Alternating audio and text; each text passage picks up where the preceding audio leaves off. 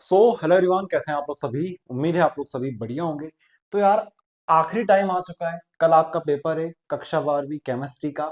ऐसे में आप बस ये वीडियो देख लो।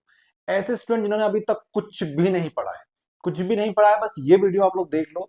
इजीली आप लोग 40 से 50% लेके जाओगे इस छोटे से वीडियो में।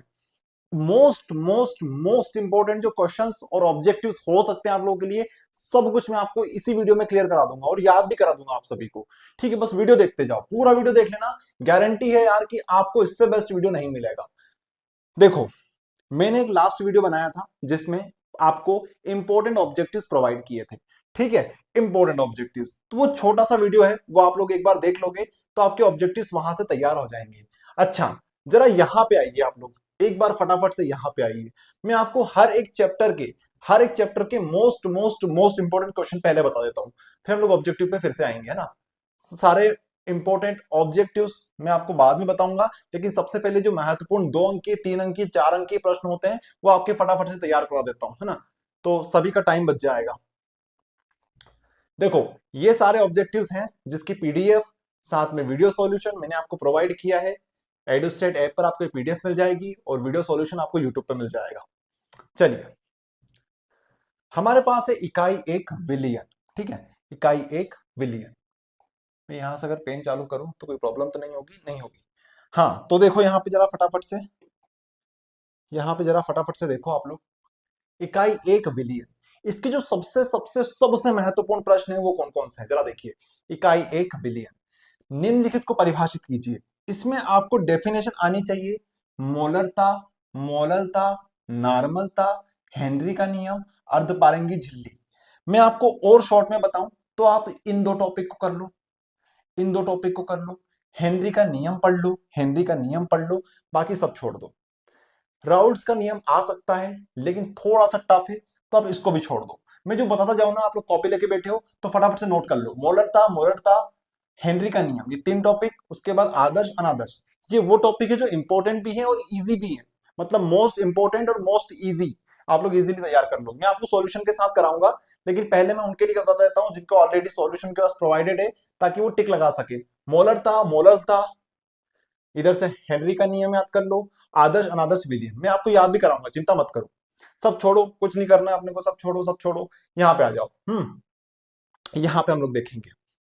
यहाँ पे ये क्वेश्चन सारे छोड़ दो, यहाँ पे ये क्वेश्चन सारे छोड़ दो। नेक्स्ट इक्वेशन महत्वपूर्ण है लेकिन आपसे नहीं हो पाएगी, थोड़ी सी टफ होगी, एंड टाइम पे आप लोग नहीं कर पाओगे। इजी जो हो सकता है आपके लिए वो ये हो सकता है। मानक हाइड्रोजन इलेक्ट्रोड, ये इजी टॉपिक है, इसको एसएच ही बोलते हैं इंग्लिश में, स्टैंडर्ड हाइड्रोजन इलेक्ट्रोड। ये इजी टॉपिक है और आप लोग इजीली कर भी लोगे। यहाँ पे आपको डायग्राम बनाना है, डायग्राम याद कर लेना। थोड़ी सी दो रिएक्शन है छोटी छोटी, वो लिख के आ जाना और थोड़ी सी थ्योरी लिख देना। तो आपको इजीली 3 से 4 पूरे में से पूरे भी मिल सकते हैं। 3 नंबर तो आप कहीं नहीं गए, मिलेंगे ही मिलेंगे। ठीक है, ये टॉपिक आपको बिल्कुल स्किप नहीं करना है।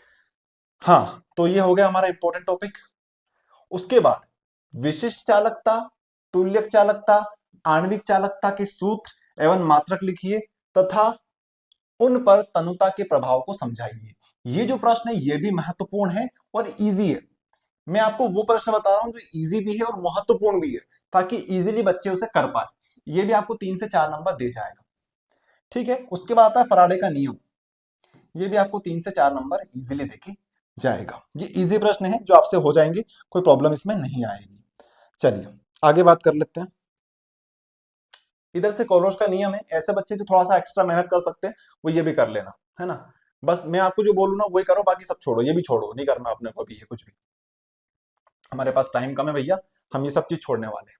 इकाई 4 रासायनिक बल गति की। यहां से जो महत्वपूर्ण प्रश्न है वो कौन कौन से हैं? दहली ऊर्जा, सक्रियण ऊर्जा, अरानी समीकरण। इसमें से अगर आप करना चाहो, आपके पास समय हो, तो आप छोटा सा ये वाला टॉपिक पढ़ लेना, सक्रियण ऊर्जा बस। अरहनियस इक्वेशन का जो फॉर्मूला है, ठीक है, अरहनियस इक्वेशन का जो फॉर्मूला है वो आप लोग याद कर लो, रट लो। ठीक है, इसको रट लो, फॉर्मूला को याद करना चाहो तो ऑब्जेक्टिव में आएगा, और सब्जेक्टिव क्वेश्चन इसमें से बनने की बहुत कम चांसेस है। ठीक है, चलिए मैं आपको आगे बताता हूँ। ये सब छोड़ो, ये सब छोड़ो। अर्ध आयु, ये थोड़ा सा टफ क्वेश्चन हो जाता है, लेकिन आप लोग फॉर्मूला साथ में थोड़ा सा उसका जो थ्योरी पार्ट होता है वो कर लेना, और साथ में लास्ट का जो आंसर आएगा वो याद कर लो। तो ये बहुत महत्वपूर्ण आपके लिए हो जाएगा। फिर ये वाला प्रश्न बहुत बहुत बहुत बहुत बहुत महत्वपूर्ण है, चौथा वाला, 3 से 4 नंबर आपको इजीली देके जाएगा। फिर हमारे पास है अभिक्रिया की दर से आप क्या समझते हैं इसके, छोड़ो ये भी नहीं करना अपने को। तो चौथा प्रश्न बहुत इंपॉर्टेंट है, पांचवा करना चाहो तो कर सकते हो, पांचवा भी महत्वपूर्ण है। चौथा पांचवा दोनों कर लेना, आणविकता है ना, तो ये दोनों प्रश्न इंपॉर्टेंट है, चौथा और पांचवा दोनों महत्वपूर्ण है, बाकी सब छोड़ो, नहीं करना अपने को कुछ भी। हमारे पास D and F block element आते हैं, उसमें से हमको कौन कौन से क्वेश्चन करने हैं। दीर्घ उत्तरी प्रश्न की बात करें तो यहां से मैं आपको जो बोलूं ना वो करना, ठीक है। यहां से लेंथेनॉइड संकुचन थोड़ा सा टफ पड़ेगा, मैं आपको पहले ही बताता जा रहा हूं, है ना, पहले ही आपको बता दे रहा हूं कि थोड़ा सा टफ पड़ेगा, हल्का सा टफ पड़ेगा ये लेंथेनॉइड संकुचन। तो इसमें क्या करेंगे आप लोग, जो सबसे इंपॉर्टेंट लाइन इसकी होती है, सबसे इंपॉर्टेंट 2 लाइन जो होती है इसकी, बस वो याद करके चले जाओ, बाकी सब छोड़ दो, बाकी सब मन से लिख देना, कोई दिक्कत नहीं है। आपको 4 नंबर में से 3 नंबर मिल जाएंगे, 4 नंबर में से पूरे नंबर लाने हैं तो पूरा करना पड़ेगा, लेकिन वो 2 लाइन जो महत्वपूर्ण लाइन होती है जिसमें हम बताते हैं कि लेंथेनॉइड संकुचन क्यों होता है, ठीक है, वो जो लाइन 2 है वो आप याद कर लो, बाकी सब छोड़ो। इसके बाद ये छोटा ये क्वेश्चन इजी है बट इतना इंपॉर्टेंट नहीं है ये वाला प्रश्न जो है रंगीन वाला चुंबकीय वाला परिवर्तन आकर्षण, ये इंपॉर्टेंट है, और ये आप थ्योरेटिकल पार्ट है, इसमें कुछ भी एक्स्ट्रा नहीं है, तो आप लोग इसे इजीली याद कर सकते हो।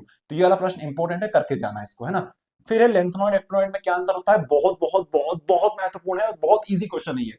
लेंथेनॉइड और एक्टिनॉइड में क्या अंतर होता है, इसको आप अच्छे से करके जाना, ठीक है। ये वाला प्रश्न और ये वाला प्रश्न लगभग लगभग सिमिलर है, तो छोड़ सकते हो इसको आप लोग, बाकी सब छोड़ दो, ठीक है। ये वाला क्वेश्चन भी इंपॉर्टेंट है, लेकिन ये रंगीन में कंप्लीट हो जाएगा अपना। रंगीन वाला कहाँ गया, ये रंगीन वाला इसमें कवर हो जाएगा, तो इसको भी छोड़ सकते हो, छोड़ो इसको भी। फिर उपसंयोगी यौगिक की बात कर लेते हैं हम लोग, उपसंयोग यौगिक की। तो इसमें से 2 नंबर और मुश्किल से 3 नंबर का क्वेश्चन आएगा, तो आप लोग क्या करेंगे, लिगेंड इंपॉर्टेंट है, इसको पढ़ लेना। फिर हमारे लिए द्विक लवण तथा जटिल लवण में क्या अंतर होता है, इसको पढ़ लेना। नेमिंग रिएक्शन आती है लेकिन थोड़ी सी टफ पड़ जाती है, तो मैं आपको रिकमेंड नहीं करूंगा करने के लिए। आपकी किस्मत अच्छी रही तो यहाँ से थ्योरी आ ही जाएगी, कोई दिक्कत वाली बात नहीं है। यहाँ से द्विक लवण भी पढ़ सकते हो, जटिल यौगिक क्या होते हैं ये पढ़ सकते हो, ये इजी चीज है, ये इजी है, ये इजी है ना, तो ये आपसे बन जाएंगे। आगे बात करते हैं, ठीक है, आगे बात करते हैं, ये सब छोड़ दो, कोई दिक्कत वाली बात नहीं है। हमारे पास आगे आता है halo alkane hello Erin reactions आती है, ठीक है, रिएक्शन हमारे पास आती है, इनमें हम लोग बात करेंगे। तो यहां से जो महत्वपूर्ण रिएक्शंस हैं वो आपको बताता हूँ। ये वाला जो प्रश्न है ये इजी भी है और आपसे बन जाएगा, ये वाला क्वेश्चन। क्लोरोबेंजीन की अभिक्रिया लिखिए, हाइड्रोजनीकरण, नाइट्रीकरण, सल्फोनीकरण, अल्फा। तो ये जो है ना, ये वाला, ये फ्रीडल क्राफ्ट रिएक्शन है, ये अल्फा वाला रिएक्शन है, फ्रीडल क्राफ्ट रिएक्शन है। ये वाला क्वेश्चन इजी है, ये वाला इजी है, और ये सब सेम पैटर्न के होते हैं, ठीक है, ये सेम पैटर्न के होते हैं, सारे के सारे सेम पैटर्न के होते हैं। ओके, तो इजी भी है, साथ में ये 3 से 4 नंबर आपको दे जाएगा। चलिए आगे बात करते हैं, फटाफट फटाफट से आगे डिस्कस कर लेते हैं। देखो मैं सारे क्वेश्चन आपको याद करना चाहता हूँ कि सारे क्वेश्चन आपको याद हो जाए, दिमाग में बैठ जाए कि हाँ भैया ये क्वेश्चन आपने इंपॉर्टेंट दिए थे, हमें सब याद हो गए, ये वाला क्वेश्चन आप लोग याद करेंगे। देखो ये क्वेश्चन बहुत सारे हैं, ये रिएक्शंस बहुत सारी है, लेकिन आप इतना कर पाओगे नहीं कर पाओगे वो थोड़ी सी प्रॉब्लम है। मैंने सारे इंपॉर्टेंट क्वेश्चन आपको दिए हैं इस पीडीएफ में, तो करना थोड़ा सा आपके लिए मुश्किल है, बट मैं आपको वो बता रहा हूँ जो सबसे महत्वपूर्ण है। देखो रिएक्शन में सभी को दिक्कत आती है, ऐसा मत सोचना मुझे याद नहीं हो रही है, थोड़ी सी दिक्कत सभी को आती है। मैं चाहूँ तो इसमें से और क्वेश्चन आपको दे सकता हूँ अगर आप करना चाहो तो। जैसे यहाँ पे क्लोरोफॉर्म वाले रिएक्शन हमारे लिए महत्वपूर्ण होती है सारी की सारी, बट थोड़ी सी टफ होती है, इसलिए मैं आपको रिकमेंड नहीं कर रहा हूँ यहाँ पे। इसके अलावा ये जो रिएक्शन है नेमिंग रिएक्शन, ये सारी की सारी महत्वपूर्ण है, तो इसको अगर आप करना चाहो तो कर सकते हो, बाकी आपके ऊपर है, ये तो कर ही लेना इससे। और SN1 SN2 का डिफरेंस पढ़ के चले जाना, ये वाला महत्वपूर्ण है, SN1 SN2 के डिफरेंस पढ़ के चले जाना, मन से आप लोग लिख सकते हो, फिर कैसा भी क्वेश्चन आ जाए SN1 SN2 के ऊपर, अगर आपने डिफरेंस पढ़ लिया तो कुछ ना कुछ लिख के ही जाओगे। एल्कोहल फिनॉल ईथर की बात कर लेते हैं फटाफट से, तो हमारे लिए महत्वपूर्ण प्रश्न हो जाता है, दूसरा तीसरा बहुत महत्वपूर्ण है, ये छोड़ो, ये भी छोड़ो, ये भी छोड़ो, ये भी छोड़ो, और लास्ट वाला जो इथेनॉल वाला है, ईथर वाला, वेरी सॉरी, ईथर वाला करके चले जाना, लास्ट वाला क्वेश्चन बहुत महत्वपूर्ण है। हाँ, बात करते हैं एल्डिहाइड कीटोन कार्बोक्सिलिक की। तो यहाँ से हेल्वोल्जार्ड रिएक्शन हो गया, Stephen reaction, benzoin reaction, Perkin reaction, Gattermann, शंको विकर्बीकरण, रोजनमूड रिएक्शन, केनिज़ारो, ये सारे के सारे टफ रिएक्शन। तो मैं आपसे बोलूंगा कि अगर आपके पास समय कम हो, भैया आपको पता है कि भैया इतना तो नहीं हो पाएगा हमसे, तो इस चैप्टर का आपको बलिदान देना पड़ेगा, देख लो, एल्डिहाइड कीटोन कार्बोक्सिलिक एसिड का आपको बलिदान देना पड़ेगा। फिर भी मैं आपको कुछ रिएक्शन बताऊं कि आप जो कर सकते हो, जो यहाँ से करके जा सकते हो, उसमें से कौन से रिएक्शन है। तो ये नेमिंग रिएक्शन ही हैं, किस्मत अच्छी रही तो आपको मोस्ट इंपोर्टेंट मैं आपको दे ही देता हूँ, फिर भी अगर आप 2-4 रिएक्शन करना चाहो यहाँ से, मैं आपको पहले ही बता, टफ चैप्टर है ये। रोजनमुंड बहुत इंपॉर्टेंट है, ठीक है, रोजनमुंड बहुत इंपॉर्टेंट है। स्टीफान रिएक्शन बहुत इंपॉर्टेंट है, स्टीफान इंपॉर्टेंट, रोजनमुंड स्टीफान हो गई हमारी। यहाँ से कैनिजारो भी है, लेकिन वो आपसे हो नहीं पाएगी। हेल्वोल्जार्ड रिएक्शन अच्छे से कर जाना। बेंजोइन परकिन, ये मुश्किल है, ये मुश्किल है, नहीं हो पाएगी भैया आपसे। तो ये 1 2 3 रिएक्शन आपको अच्छे से करनी है, ये आपको करके जानी है, ठीक है। उसके बाद ये थोड़े से मुश्किल क्वेश्चंस हैं यार, आपसे नहीं हो पाएंगे इतने कम टाइम में। तो मैं चाहता नहीं हूँ आपके ऊपर फालतू का दबाव दूं। छोड़ो उस चैप्टर को, हमसे नहीं हो पा रहा है तो छोड़ो, जितना है हमारे हाथ में उतना खा लो। हाँ, जैव अणु की बात कर लेते हैं। जैविक अणु में आप लोग क्या कर सकते हो, डीएनए आरएनए बहुत सिंपल क्वेश्चन है, पेप्टाइड बंध बहुत सिंपल क्वेश्चन है। ये 2 प्रश्न अच्छे से कर जाओ, 2 प्रश्न आपको छोड़ना नहीं है बिल्कुल भी। उसके बाद नवा प्रश्न, विकृतीकरण क्या होता है, उदाहरण स्पष्टि से बताओ, ये बहुत महत्वपूर्ण प्रश्न है। फिर हम लोग आगे बात करते हैं। एक बार मैं चेक कर लेता हूँ रिकॉर्डिंग हो रही है नहीं हो रही है ना। रिकॉर्डिंग हो रही है, ओके वेरी गुड। हाँ, तो बात कर रहे थे हम लोग कहाँ पे, अल्फा मीनू। मुश्किल मत करना, ये भी इतना मुश्किल मतलब मत करना, ये महत्वपूर्ण है। किन्हीं 3 प्रोटीन के नाम बताइए। देखो, अगर इस चैप्टर से करना चाहो तो इजी इजी क्वेश्चंस हैं, ज्यादा मुश्किल नहीं आएंगे। फिर भी मैं आपको मोस्ट आईएमपी बता रहा हूँ। कौन कौन से मोस्ट आईएमपी, डीएनए आरएनए बहुत इंपॉर्टेंट है, पेप्टाइड बंध बहुत इंपॉर्टेंट है। यहाँ से अगर करना चाहो, विकृतीकरण बहुत इंपॉर्टेंट, छोड़ना मत। ये 3 प्रश्न तो ऐसे हैं, बिल्कुल आप छोड़ना ही मत इनको। फिर है ये वाला कर लेना आप लोग, रेशेदार प्रोटीन गोलाकार प्रोटीन के क्या अंतर होता है, ये इंपॉर्टेंट क्वेश्चन है ना। तो इस तरीके से मैंने आपको सारे क्वेश्चन बता दिए हैं, ये सारे महत्वपूर्ण हैं, ठीक है। ये सारे महत्वपूर्ण प्रश्न थे। अब इनके सॉल्यूशंस फटाफट डिस्कस कर लेते हैं शॉर्ट में। मोलरता क्या होती है, मोलरता का आपको ये वाला फॉर्मूला लिख के आ जाना है, ठीक है। विलेय के ग्राम अणुओं की संख्या अपॉन में विलेन का लीटर में आयतन, ठीक है। इस तरीके से आपको लिखना है। मोलरता क्या होती है, इसको आप सब लिख देना कि इसको कैपिटल एम से डिनोट करते हैं, इसको स्मॉल एम से डिनोट करते हैं, और ये फॉर्मूला छाप देना। वीडियो को पॉज कर लो, दोनों को देख लो, दोनों को निहार लो, लिख देना मन से, कोई दिक्कत नहीं है। छोड़ो, हेनरी का नियम पढ़ लो। हेनरी का नियम क्या कहता है, हेनरी का नियम, स्थिर ताप पर किसी विलायक के निश्चित आयतन में विलेय गैस का द्रव्यमान गैस के दाब के समानुपाती होता है। बस इतना पढ़ लो, कम टाइम है आपके पास। छोड़ो सब कुछ, छोड़ो सब कुछ, यहां तक पढ़ लो, बस यहां तक पढ़ लो, ठीक है, यहां से लेके यहां तक। चलो, यहां तक पढ़ लिया आपने, आगे बढ़ते हैं। ये छोड़ो, ये छोड़ो, ये छोड़ो। राउल्ट्स का नियम थोड़ा सा इंपॉर्टेंट है, करना चाहो मतलब इंपॉर्टेंट है, थोड़ा सा मुश्किल है, बट ये फॉर्मूला याद करना चाहो तो कर लेना, हो जाए तो ठीक है, नहीं तो जय श्री राम, छोड़ो इसको भी। आदर्श अनादर्श विलयन में अंतर फटाफट से आपको याद करा देता हूं मैं। देखो, यहाँ पे मैं आप नहीं सोच रहा हूँ कुछ नहीं आता है, मैं सोच रहा हूँ कुछ भी नहीं आता, मैं आपको रटवा रहा हूँ, सिंपल सी बात है, मैं आपको रटवा रहा हूँ भैया, है ना। रटने से काम हो जाए तो हमारा काम अच्छा है, कोई दिक्कत नहीं, हमारा काम होना चाहिए, हमारा काम नहीं रुकना चाहिए। आदर्श और अनादर्श, आदर्श में आपको फटाफट से याद कर लेना है कि डेल्टा एच ऐसा बना के आना है, एक बनाना है डेल्टा बी, यहाँ पे लिखना है मिक्स, यहाँ लिखना है मिक्स, यहाँ पे लिखना है 0 के बराबर, यहाँ पे लिखना है 0 के बराबर, ये लाइन लिख के आनी, ये लाइन लिख के आनी, इसमें उल्टा कर देना। इसमें क्या करोगे, यहाँ पे not equal to not equal to not equal to not equal to, तो 2 पॉइंट आपके तैयार हो गए, कोई दिक्कत परेशानी नहीं, दिक्कत है। फिर बोलना आदर्श विलयन क्या करते हैं, ये राउल्ट्स को नियम का पालन करते हैं, राउल्ट्स के नियम का पालन करते हैं, राउल्ट्स के नियम का पालन नहीं करते हैं। ऐसे करके आप लोग फटाफट से इसको याद कर लो, हो गया, 3 नंबर आपके पक गए, ठीक है, 3 नंबर आपके पक गए। फिर हमारे पास आता है वेंट ऑफ फैक्टर, छोड़ो इसको। फिर हमारे पास अगला प्रश्न ये वाला, इसको भी छोड़ो, इसको भी छोड़ो, नहीं करना अपने को, नहीं करना, नहीं करना, नहीं करना। हाँ, और ये पीडीएफ अगर आपको चाहिए तो हमारा कोर्स चल रहा है भैया एडोस्टेट ऐप के ऊपर। एडोस्टेट ऐप पर रसायन शास्त्र का हमारा एक कोर्स है 349 रुपीज का, वो आप लोग ज्वाइन कर सकते हो, जहाँ पे पीडीएफ मिल जाएगी, सॉल्यूशन मिल जाएंगे, सब कुछ आपको वहां पे मिलेगा, मैं खुद वहां पे पढ़ा रहा हूँ। चलिए, इस चैप्टर पे आगे हम लोग फटाफट से डिस्कस कर लेते हैं। ये क्वेश्चन नहीं करना है आपको, ये क्वेश्चन नहीं करना है आपको, करना है कौन सा, कलरोश का नियम पढ़ना चाहो तो पढ़ लेना, बाकी मैं आपको नहीं करा रहा हूँ, मैं आपको करा रहा हूँ मानक हाइड्रोजन इलेक्ट्रोड। तो इसको कैसे बनाओगे फटाफट से देख लो, फटाफट से देखते जाओ भैया, कैसे बनाओगे, ऐसे करोगे, ऐसे करोगे, ऐसे करोगे, ऐसे करोगे, ऐसे बना के जाओगे एग्जाम में। फिर आप लोग इस टाइप से एक सिलेंडर बनाओगे। मैं जल्दी जल्दी करवा रहा हूँ आपको, आप लोग इजीली अपनी परीक्षा में और अच्छे से बना के आना, ठीक है। इस टाइप से आपने किया, आपने बोला यहाँ पे एक होल है, यहाँ पे एक होल है, यहाँ पे हमने एक वायर फंसा दिया इस तरीके से, ठीक है, इस तरीके से हमने एक वायर फंसा दिया। वायर से आपने क्या बना दी, इस तरीके से छन्नी, इस तरह से छन्नी आपने यहाँ पे बना दी। ओके, ये वायर, ये होल हो गया, ये इस तरह से हो गया, ये प्लेटिनम का वायर हो गया, यहाँ से हाइड्रोजन गैस, ये जो है ना होल, ये होल है, यहाँ से हाइड्रोजन गैस हमने प्रवाहित कर दी, हाइड्रोजन गैस यहाँ से जाएगी ऐसे ऐसे करके, और यहाँ पे जो सॉल्यूशन होगा वो किसका होगा, देखो सब चीज हाइड्रोजन की चलेगी, यहाँ पे H2 गैस है तो यहाँ पे आ जाएगा HCl, इसके अंदर क्या भरा हुआ है, यहाँ पे HCl गैस भरी हुई है। तो ऐसा बना के आओगे तब भी बिल्कुल करेक्ट है, इतना आपको लिख के आना है, इसको कुछ नहीं करना है आपको। ठीक है, आपको दो रिएक्शन और लिख के आनी है, वो क्या लिख के आओगे कि H2 गैस जो होती है वो किस टाइप से ब्रेक होती है, H+ में टूट जाती है, 2H+ में टूट जाती है। और ये जो 2H+ है वो क्या करेंगे, ये 2H+ जो होते हैं यहाँ से हाइड्रोजन गैस फिर से आएगी। ठीक है, 2H+ क्या करेंगे, 2 इलेक्ट्रॉन को गेन करेंगे और फिर से ये क्या बना लेंगे, यहाँ से वापस से हाइड्रोजन गैस बना देंगे। तो ये दो रिएक्शन है, दो रिएक्शन इस तरह से लिख के आ जानी, छाप के जानी। ये आपके पास 4 नंबर कंप्लीट हो गए।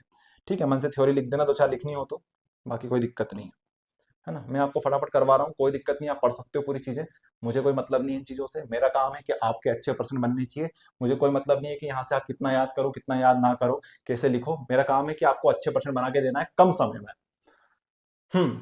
फिर विशिष्ट चालकता, तुल्यक चालकता, आणविक चालकता क्या होती है। विशिष्ट चालकता क्या होती है, विशिष्ट चालकता वह क्षमता होती है जिसमें घोल विद्युत धारा को प्रवाहित कर सकता है, घोल विद्युत धारा को प्रवाहित कर सकता है। ठीक है, विशिष्ट चालकता वहां होती है। फॉर्मूला याद कर लेना, K = 1/r × L/A, 1/r = L/A। ठीक है, K जो होता है हमारे पास विशिष्ट चालकता होती है, बस इतना सा कर लो, ये चीज मत लिख के आना, छोड़ो इसको। तुल्यक चालकता ये होती है, तुल्यक चालकता वह क्षमता होती है जिसमें एक समतुल्य आयतन विद्युत धारा प्रवाहित कर सकता है। यहाँ पे क्या जाएगा, विद्युत धारा प्रवाहित कर सकता है कौन, एक समतुल्य, इक्विवेलेंट। फॉर्मूला याद करें, lambda = K × 100/c, K × 100/c। K क्या है, विशिष्ट चालकता। ठीक है, ये K विशिष्ट चालकता है, ये तुल्यक चालकता है ना, ऐसा करके याद करना आप लोग। हो गया, तुल्यक चालकता समझ में आई, विशिष्ट चालकता, तुल्यक चालकता, ये फॉर्मूला याद करके चले जाना। फिर आणविक चालकता, आणविक चालकता K × 1000/c, और यहाँ पे लेमडा ऐसा वाला आएगा, यहाँ पे पूरा उल्टा वाई आएगा, यहाँ पे वाई आएगा, ऐसा वाला। आणविक चालकता क्या होती है, आणविक चालकता वह क्षमता जिसमें 1 मोल इलेक्ट्रोलाइट विद्युत धारा प्रवाहित कर सकता है। ठीक है, चलिए आगे बात कर लेते हैं फटाफट से। नस समीकरण संक्षिप्त में लिखिए तथा इसके अनुप्रयोग भी लिखिए। नस समीकरण आप लोग चाहे तो पढ़ लेना, मैं आपको ये नहीं करवा रहा हूँ। फिर हमारे पास फराडे के नियम, फराडे के नियम आपको इस तरीके से बनाना है। फराडे के नियम में आपको क्या लिख के आना है, यहाँ पे ये वाला फॉर्मूला याद कर लो और यहाँ पे ये चीज याद कर लो। फटाफट से याद करो, मैं चेक कर लेता हूँ वीडियो रिकॉर्ड हो रहा है या नहीं हो रहा है। ठीक है, चेक कर लेता हूँ। वीडियो रिकॉर्ड हो रहा है। देखो हुआ था क्या, एक बार मैंने रिकॉर्ड कर लिया था बहुत बड़ा वीडियो, फिर पता चला कि रिकॉर्डिंग ही नहीं हो रही है ना, तो बार बार चेक करना पड़ता है। फॉर्मूला ये वाला याद कर लो और ये वाला याद कर लो। डायग्राम छोड़ो, नहीं मतलब अभी हमें कुछ से भी, बस ये दो फॉर्मूला याद करके जाओ। इतना अगर आप लिख दोगे तो 4 में से 2 से 3 नंबर आपको मिल जाएंगे। ठीक है, बाद में आप लोग इसको याद कर लेना, याद करना हो तो। हाँ भैया, फटाफट फटाफट आगे देख लेते हैं, छोड़ना है इसको, इसको भी नहीं करना है।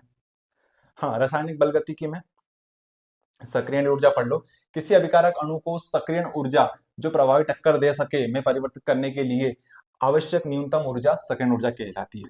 इसमें से कुछ भी आदमी याद मत करो, आप इतना याद करो, आवश्यक न्यूनतम ऊर्जा, आवश्यक न्यूनतम ऊर्जा मतलब कम से कम में इतनी एनर्जी दे दो कि भैया तू रिएक्शन कर सके, कम से कम उतनी एनर्जी में तेरे को दे सकूं कि तू रिएक्शन कर सके। तो वो कम से कम एनर्जी जो होती है, कम से कम ऊर्जा जो होती है, उसे बोलते हैं सक्रियण ऊर्जा। ठीक है, चलिए छोड़ें इसको, आगे बढ़े, आगे बढ़ते हैं। अर्ध आयु, अर्ध आयु काल, ये महत्वपूर्ण है, थोड़ा सा देख लेना आप लोग सभी, इस तरीके से इसको लिखना होता है। फॉर्मूला लास्ट में ये बनेगा आपका, ये वाला, ये वाला, ये वाला आप लोग याद कर लो, कोई बाकी सब छोड़ सकते हो अभी के लिए, अगर आप एंड टाइम पे ये वीडियो देख रहे हो ना तो छोड़ो सब। ठीक है, ठीक है, अब मैं आपको फटाफट से डिफरेंस याद करा देता हूँ। अभिकारक की दर और दर स्थिरांक में क्या अंतर होता है वो आपको याद कराता हूँ फटाफट। अभिक्रिया की दर, ये डेफिनेशन हो गई, क्या होती है अभिक्रिया की दर, इकाई समय में क्रिया कारक के सांद्रता में कमी या उत्पादक में सांद्रता में वृद्धि को व्यक्त करता है। या तो सांद्रता बढ़ेगी, वृद्धि होगी, या फिर सांद्रता में कमी आ जाएगी, तो वहां क्रिया के समय को क्या कह लेते हैं हम लोग, अभिक्रिया की दर कह लेते हैं। दर समीकरण में समानुपातिक स्थिरांक होता है, यहाँ पे कांस्टेंट चीजें होती है, समानुपातिक होता है। उसके बाद ये चीजें कांस्टेंट होती है, यहाँ पे हर चीज कांस्टेंट मिलेगी, यहाँ पे सब चीज बदल सकती है। जैसे इसको इकाई मोल पर लीटर सेकंड इनवर्स इस तरह से होती है। इसकी इकाई अभिक्रिया की कोटि पर निर्भर करती है, इसकी इकाई अभिक्रिया की कोटि पर निर्भर करती है। इसकी क्या होती है, इसकी फिक्स होती है, ये इसकी हो गई, इसकी अभिक्रिया की कोटि पर निर्भर करती है। और कौन सा अच्छा है, अभिक्रिया की दर अभिकारक की सांद्रता पर निर्भर करती है, यहाँ पे निर्भर नहीं करती, यहाँ पे निर्भर करती है, यहाँ पे निर्भर नहीं करती है। फिर सामान्य अवस्था पर अग्र व पार्श्व अभिक्रिया का वेग बराबर होता है, यहाँ पे बराबर नहीं होता है। ठीक है, फिर हमारे पास अणुसंख्या, आणविकता और अभिक्रिया की कोटि। आणविकता देखो, आणविकता यहाँ केवल सैद्धांतिक पद है, यहाँ पे क्या है, ये प्रयोग से ज्ञात किया जा सकता है। इसको प्रयोग से ज्ञात किया जा नहीं किया जा सकता है, इसको क्या बोलेंगे हम, सैद्धांतिक है। इसको प्रयोग करके ही पता लगाया जा सकता है, लेकिन इसको तो हम लोग सैद्धांतिक मानते हैं। यहाँ हमेशा पूर्णांक होती है, यहाँ फ्रैक्शन हो सकती है, जीरो हो सकती है, जीरो नहीं हो सकती है। आणविकता क्या हो सकती है, आणविकता जीरो नहीं हो सकती है, जीरो हो सकती है। शून्य कोटि की अभिक्रिया होती है, शून्य कोटि की आणविकता नहीं होती है ना। चलो, इस तरीके से ये भी हो गया हमारे पास। फिर आगे बात कर लेते हैं D and F block element की। ठीक है, D and F block element की। तो एक काम करता हूं, आप लोग इतना कवर करो, इतना कवर करो। मैं आगे चीज आपको करा सकता हूं, लेकिन टाइम कम है। ये वीडियो मैं अपलोड करता हूं, पार्ट 2 लेके आता हूं आप लोग के लिए। सुबह तक उस पार्ट 2 को आप लोग कर लेना। ओके, चलिए मिलते हैं नेक्स्ट वीडियो में फटाफट से। धन्यवाद।